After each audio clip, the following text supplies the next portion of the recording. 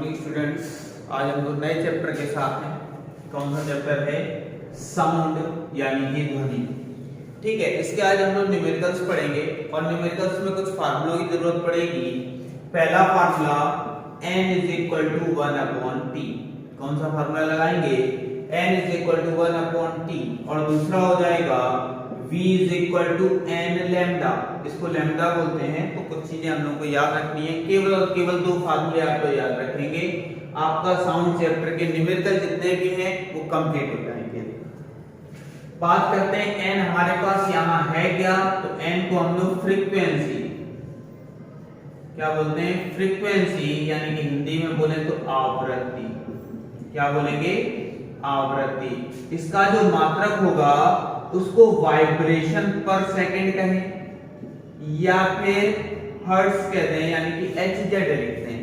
ठीक है, मेरी बात समझिएगा। n जो होता है उसको हम लोग फ्रीक्वेंसी, हिंदी में बोले तो आवृत्ति कहते हैं।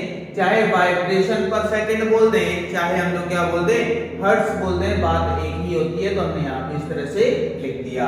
जो कैपिटल T है हमारे पास, उसको हम लोग टाइम पीरियड के नाम से जानते हैं। किस नाम से? टाइम पीरियड, यानी कि समय अंतराल। समय अंतराल। और यूनिट आप लोग जानते ही हैं इसकी क्या होती है? सेकंड। समय हमेशा किसमें नापा जाता है? सेकंड में। बात करेंगे v की, तो v हमारे पास है वेलोसिटी। क्या है? वेलोसिटी, जिसको हम लोग वेग बोलते हैं। इसको कहीं कहीं पे वेव वेलोसिटी भी बोलते हैं। क्या बोलते हैं? वेव वेलोसिटी, यानी कि कह सकते हो तरंग वेग। क्या बोल सकते हैं? तरंग का वेग। क्या बोलेंगे? तरंग का वेग, जो कितना हो जाएगा? मीटर पर सेकंड में। n आप लोग जानते ही हैं, फ्रीक्वेंसी आवृत्ति हो गई। यूनिट क्या हो जाएगी? वाइब्रेशन पर सेकंड या हर्ट्ज। अब बात करते हैं लैम्डा की। लैम्डा को हम लोग पढ़ते हैं वेव लेंथ, तरंग की लंबाई या फिर तरंग दैर्घ्य। क्या बोलते हैं? तरंग की लंबाई या फिर तरंग दैर्घ्य, जिसकी इकाई क्या होती है? मीटर। याद रखोगे, कभी माइक्रो लिखा हो, क्या लिखा हो? माइक्रो लिखा हो या ऐसे म्यू बना हो, यहाँ पे लिख दोगे 10⁻⁻⁶। कभी ऐसे बात कर दे कि 7 माइक्रो, यही बात कर दी 7 माइक्रोमीटर, तो लिखोगे 7 इंटू 1 माइक्रो का मतलब हो जाएगा 10⁻⁶ मीटर। कहीं पे एक नैनो की बात करें, किसकी बात करें? नैनो की। तो याद रखोगे एक नैनो का मतलब हो जाएगा 10⁻⁹। कहीं पर किलो की बात करेगा, तो ये तो हम तुम लोगों को बार बार बता चुके हैं। कहीं भी किलो की बात करता है तो 10 की पावर कितनी हो जाएगी? 3। और कहीं अगर मिली वर्ड यूज होता है तो मिली की जगह पर कितना हो जाएगा? 10⁻⁻3। ठीक है। और कहीं पर अगर एंगस्ट्रॉम यूज होता है, एंगस्ट्रॉम ऐसे लिखते हैं, ए के ऊपर इस तरह से 0 लगा देते हैं, तो याद रखेंगे 10⁻⁻10 हो जाएगा। ये चीजें कुछ हमें नोट पॉइंट में याद रखनी है। सबसे पहले दो फार्मूले याद रखने हैं, n is equal to 1/t और v is equal to n lambda. n हमने बताया फ्रीक्वेंसी, आवृत्ति होती है, और इसकी जो यूनिट होगी यानी कि इसका जो मात्रक होगा वो या तो वाइब्रेशन पर सेकंड भी कह सकते हैं या फिर हर्ट्ज बोल सकते हैं। t जो होता है वो टाइम पीरियड यानी समय अंतराल होता है, इसका जो मात्रक होता है वो सेकंड होता है। v जो होता है वो वेव वेलोसिटी, इसका जो मात्रक होगा वो मीटर पर सेकंड होगा। लैम्डा जो होगा वो वेव लेंथ होगा, और इसकी जो यूनिट होगी वो हमारी किस में होगी? मीटर में होगी। अब हम लोग कुछ न्यूमेरिकल देखते हैं कि इसमें किस टाइप के न्यूमेरिकल आपसे पूछे जाएंगे। ध्यान देंगे क्वेश्चन में क्या कह रहा है। तो क्वेश्चन में एक बार ध्यान से पढ़िएगा। तो क्वेश्चन में हमसे कह रहा है the frequency of the turning फर्क, यानी कि किसी भी टर्निंग फर्क की क्या दे रखी है? फ्रीक्वेंसी कितनी दे रखी है? 500 वाइब्रेशन पर सेकंड। हमने कहा कहीं भी अगर वाइब्रेशन पर सेकंड लिखा हो या फिर हर्ट्ज लिखा हो तो वो हमारी क्या कहलाती है? फ्रीक्वेंसी कहलाती है। और फ्रीक्वेंसी यानी कि आवृत्ति, और आवृत्ति को हमने बताया था किससे डिनोट करते हैं? n से। तो n कितना हो जाएगा? 500 वाइब्रेशन पर सेकंड। लिख लिया। कह रहा है कैलकुलेट टाइम पीरियड, तो टाइम पीरियड क्या होता है t, वो हमें क्या करना है कैलकुलेट करना। कैलकुलेट करने के लिए देखा इन दोनों से मिलके फार्मूला क्या बना है, तो हमने फार्मूला पढ़ा है n is equal to 1 upon में t, n की जगह 500 और यहाँ 1 अपॉन t। आप लोग क्या करिए इस t को इस तरफ भेजिए और 500 को नीचे, इस t को क्या किया इस तरफ भेजा 500 को नीचे, तो t इज इक्वल टू कितना हो जाएगा 1 अपॉन में कितना 500, कितना हो गया 1 अपॉन में 500। t इज इक्वल टू 500 का डिवाइड 1 में देंगे तो 0.0002 सेकंड। बात समझ में आ गई? फिर से एक बार ध्यान देंगे, कह रहा था फ्रीक्वेंसी ऑफ द टर्निंग पथ, यानी कि फ्रीक्वेंसी आवृत्ति की बात कर रहा था कितनी है इतनी, तो फ्रीक्वेंसी तुम्हें पता है n होता है, तो हमने n को लिखा 500 वाइब्रेशन पर सेकंड।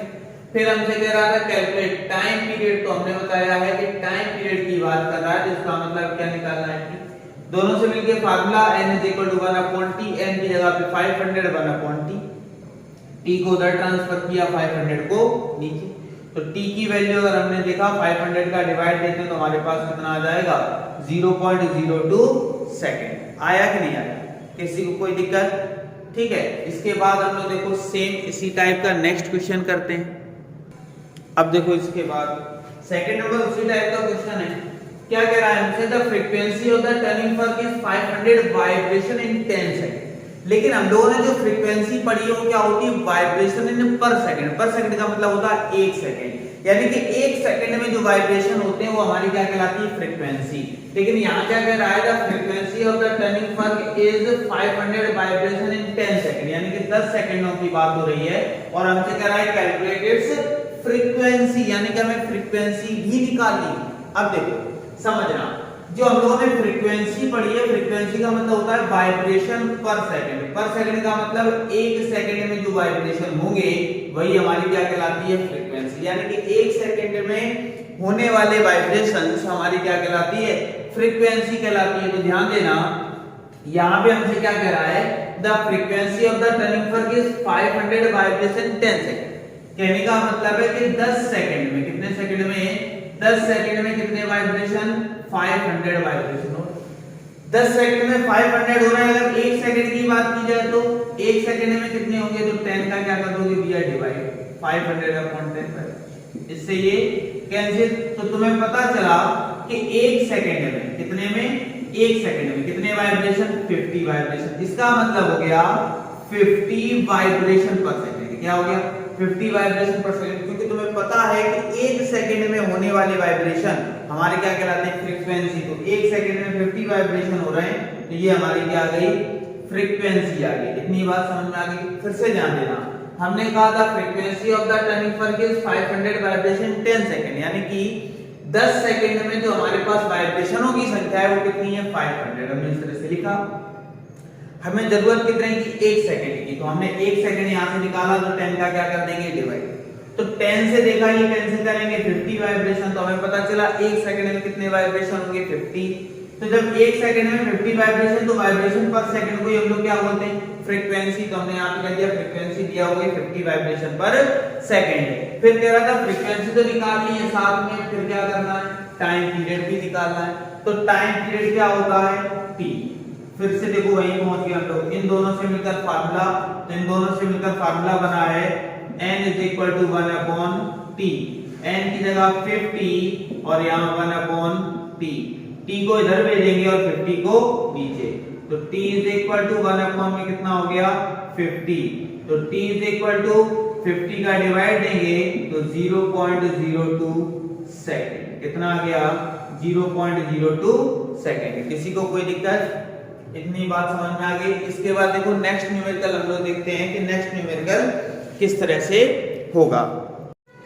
देखो नेक्स्ट क्वेश्चन हमारे पास क्या है, नेक्स्ट क्वेश्चन है the time period of the fork is, यानी कि अब हमें क्या दे रखा है टाइम पीरियड। तो टाइम पीरियड कितना दे रखा है, तो यहाँ पे 0.02 सेकंड दे रखा है, तो हमने टाइम पीरियड लिख दिया। कह रहा था फाइंड फ्रीक्वेंसी, तो फ्रीक्वेंसी होता है n, वो हमें क्या करना है फाइंड करना। बहुत आसान क्वेश्चन था। सबसे पहले हमसे क्या था टाइम पीरियड, इस बार टाइम पीरियड, अभी जब फ्रीक्वेंसी दे रखी थी इस बार क्या दे रखा है टाइम पीरियड दे रखा है और टाइम पीरियड कितना है तो कह रहा है 0.02 सेकंड है, तो हमने यहाँ पे t इज इक्वल टू लिख दिया 0.02 सेकंड। और कह रहा है फाइंड फ्रीक्वेंसी, हमें क्या करना है फ्रीक्वेंसी फाइंड करनी है, तो फ्रीक्वेंसी हमने बताया n, दोनों से मिलके फार्मूला क्या बना है तो तुम्हें पता है n is equal to 1 upon t का क्या फार्मूला बना है n is equal to 1 upon t। यहां देखा n is equal to 1 upon t, तो t की वैल्यू 0.02, यहां से पॉइंट हटाएंगे, पॉइंट के बाद दो डिजिट है तो दो जीरो, तो यहां हो जाएगा n इज इक्वल टू कितना 100 अपॉन 2, तो 2 से इसको कैंसिल करेंगे 50, तो n हमारे पास आ गया 50। अब इस जगह तुम लोग कुछ भी लिख सकते हो, चाहे वाइब्रेशन पर सेकंड लिख दो या फिर हर्ट्ज लिख दो, बात एक ही होती है, ठीक है, क्योंकि दोनों की यूनिट एक ही है, चाहे वाइब्रेशन पर सेकंड लिखें चाहे हम लोग क्या लिखें हर्ट्ज लिखें। एक बार फिर से ध्यान देंगे, कह रहा था टाइम पीरियड ऑफ द फर्क इज 0.02 सेकंड, यानी कि जो टाइम पीरियड दे रखा है वो कितना है 0.02 सेकंड है, तो टाइम पीरियड हमने यहाँ पे लिख दिया कैपिटल T। फाइंड फ्रीक्वेंसी, तो फ्रीक्वेंसी n होता है, वो हमें क्या करना था फाइंड करना था। दोनों से मिलकर फार्मूला क्या बना है n is equal to 1 upon t, तो n हमें फाइंड करना है, t की वैल्यू 0.02। यहां से पॉइंट आया तो पॉइंट के बाद देखा दो डिजिट है तो ऊपर दो क्या हो गई जीरो, यानी कि बचा क्या 100 अपॉन 2, 2 से 100 को कैंसिल करेंगे हमारे पास कितना आ जाएगा 50, और हमने बताया इसको चाहे वाइब्रेशन पर सेकंड लिखिए या फिर हर्ट्ज लिख सकते हैं। अब थोड़ा ज्यादा ध्यान देना है, क्या ध्यान देना है, यहाँ पे हमसे कह रहा है the time period of the electron is, यानी कि एक इलेक्ट्रॉन का जो टाइम पीरियड है, तो टाइम पीरियड तुम्हें पता है क्या होता है t, कितना है कह रहा है 0.05 माइक्रो सेकेंड है, कितना है माइक्रो सेकेंड, ठीक।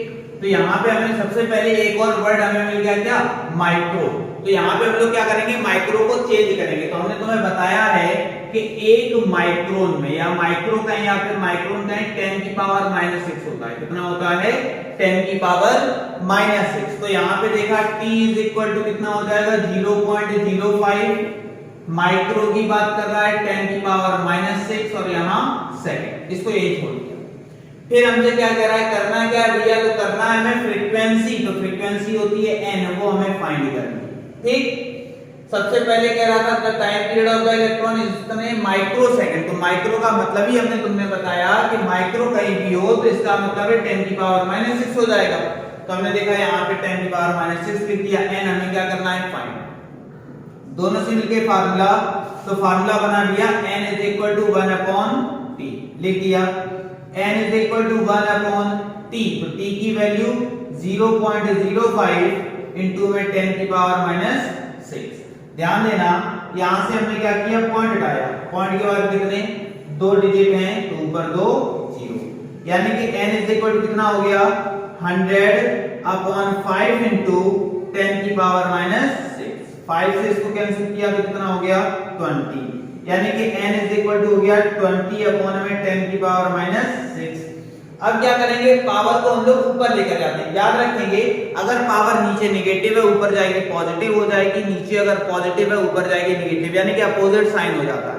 अगर ऊपर पॉजिटिव है नीचे लाएंगे तो नेगेटिव, ऊपर अगर नेगेटिव है नीचे लाएंगे पॉजिटिव, कहने का मतलब ये इधर यहाँ पे अगर नेगेटिव है तो इसको अगर ऊपर लेकर जाएंगे तो कैसी हो जाएगी पॉजिटिव, तो n is equal to 20 upon में 10 की पावर -6 है, तो तुम्हें पता है जब पावर ऊपर जाएगी तो 20 इंटू में 10 की पावर +6 हो जाएगा, चाहे तो यही आंसर डाल सकते हैं, लेकिन हमें करना क्या है सिग्निफिकेंट नंबर। सिग्निफिकेंट नंबर क्या होता है एक डिजिट के बाद पॉइंट, तो हमें इसका मतलब ये जीरो हटानी है, तो ये जीरो हटाने के लिए क्या किया जाए भैया, जीरो का मतलब है इसको लिख सकते हैं 2 इंटू 10 इंटू 10 की पावर 6, 2 इंटू 10 का मतलब है 10 की पावर कितनी है 1, तो यहाँ पे देखा n is equal to 2 into 6 power ये थी 1 पावर ये, यानी कि 10 की पावर 7 हर्ट्ज या फिर वाइब्रेशन पर सेकंड। एक बार फिर से ध्यान देना क्या कह रहा था, कह रहा था the time period of the electron इतने माइक्रो सेकंड, यानी कि एक जो इलेक्ट्रॉन है उसका टाइम पीरियड कितना है इतने माइक्रो, तो माइक्रो का मतलब हमने बताया 10 की पावर -6 लिखा,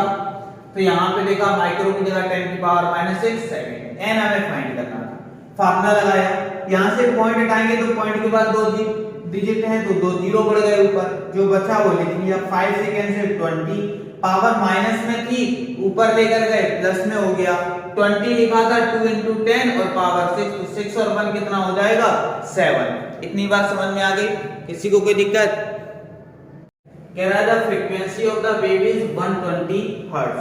तो हमें पता है कि हमारी फ्रीक्वेंसी होती है, फिर से बात किसकी कर रहा है, फ्रीक्वेंसी की, और फ्रीक्वेंसी कितना कह रहा है 120 हर्ट्ज की बात कर रहा है। तो फ्रीक्वेंसी हमने बताया n होती है, क्या होती है n, वो कितनी दे रखी है 120, तो इस जगह पे हमने कितना लिख दिया 120 हर्ट्ज। फिर क्या कह रहा है एंड इट्स वेलोसिटी, और इसकी जो वेलोसिटी है, चाहे वेलोसिटी बोले या वेव वेलोसिटी बोले या स्पीड बोले, तो हमने ये बताया था उसको हम लोग v से डिनोट करते हैं, कितना दे रखा है 480 मीटर पर सेकंड। और कह रहा है what will be the value of its wavelength, तो वेवलेंथ हमारे पास क्या होता है लैम्डा। बात समझ में आ गई? सबसे पहले हमने क्या करा था, the frequency of the wave is 120 hertz, यानी कि जो फ्रीक्वेंसी दे रखी है, तो फ्रीक्वेंसी को हम लोग अभी तक जानते आ रहे हैं n से, तो n हमारे पास हो गया 120 हर्ट्ज। आगे बढ़े एंड इट्स वेलोसिटी, और इसकी जो वेलोसिटी है वो कितनी है 480 मीटर पर सेकंड है, तो वेलोसिटी की जगह पे 480 मीटर पर सेकंड लिख दिया। लैम्डा हमें फाइंड करना है क्योंकि वो कह रहा है कि व्हाट इज इट्स वेवलेंथ, तो वेवलेंथ हमारे पास क्या होता है लैम्डा। अब हम लोगों ने दो फार्मूले पढ़े थे, एक तो पढ़ा था n = 1/t और एक पढ़ा था v = n लैम्डा। तो इन तीनों के अकॉर्डिंग ये वाला लगेगा, ये तो लगेगा ही नहीं, तो ये वाला हमें यूज ही नहीं करना है। कौन सा करना है v = n लैम्डा। तो यहां पे हमने फार्मूला लगाया v = n लैम्डा। v की वैल्यू 480, n की वैल्यू 120 और लैम्डा हमें पता नहीं। लैम्डा को यहीं रखो, 120 को नीचे, तो 480 अपॉन में 120 इज इक्वल टू लैम्डा। तो देखा 0 से 0 कैंसिल, इससे ये कैंसिल करेंगे 4 टाइम्स, तो जो लैम्डा आ गया वो हमारे पास कितना आ गया 4 मीटर। एक बार फिर ध्यान से देखना हमने क्या किया है, सबसे पहले वो क्या कह रहा था the frequency of the wave, जो फ्रीक्वेंसी थी वो 120, तो फ्रीक्वेंसी को हमने n लिखा कितना 120। फिर कह रहा था एंड इट्स वेलोसिटी, और इसकी वेलोसिटी यानी कि v, उसको कितना लिख दिया 480। कह रहा था what will be the value of wavelength, तो वेवलेंथ क्या होता है लैम्डा, वो हमें क्या करना था फाइंड।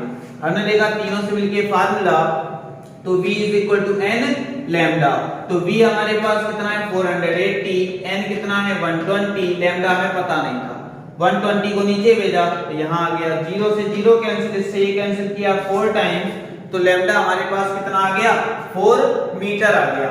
इतनी बात समझ में आ गई?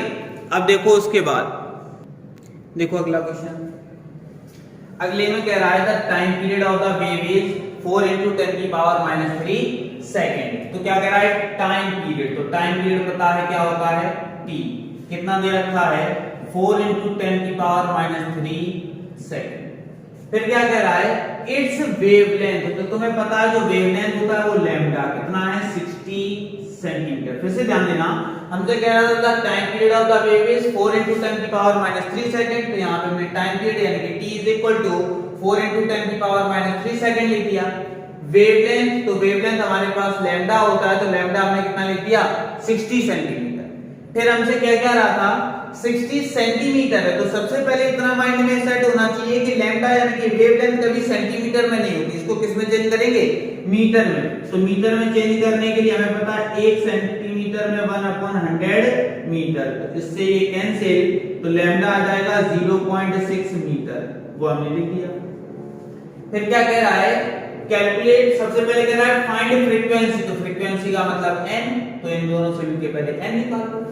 n = क्या होता है भाई 1/t, तो n = 1/t, तो t की जगह 4 × 10⁻³ तुम लोग क्या करोगे पावर को ऊपर लेकर गए, तो पावर को ऊपर लेकर जाएंगे तो 1 × 10⁻³ और अपॉन में 4, तो n = पावर 3 का मतलब कितना हो जाएगा 3 0 और अपॉन में 4, तो इससे ये कैंसिल किया, कितना हो गया 250, तो n = कितना आ गया 250 हर्ट्ज, कितना आ जाएगा 250 हर्ट्ज n आ गया। लेकिन हमें चाहिए क्या, कह रहा है स्पीड, स्पीड का मतलब v।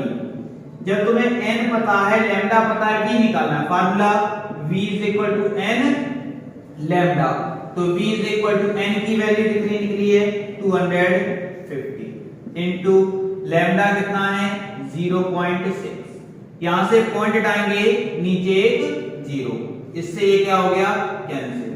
v is equal to 25 6 का कितना होता है 150 मीटर पर सेकेंड। फिर से ध्यान देना क्वेश्चन में क्या कह रहा था the time period of the wave is 4 into 10 की पावर -3 सेकंड, यानी कि जो टाइम पीरियड दे रखा था वो 4 into 10 की पावर -3 सेकंड था।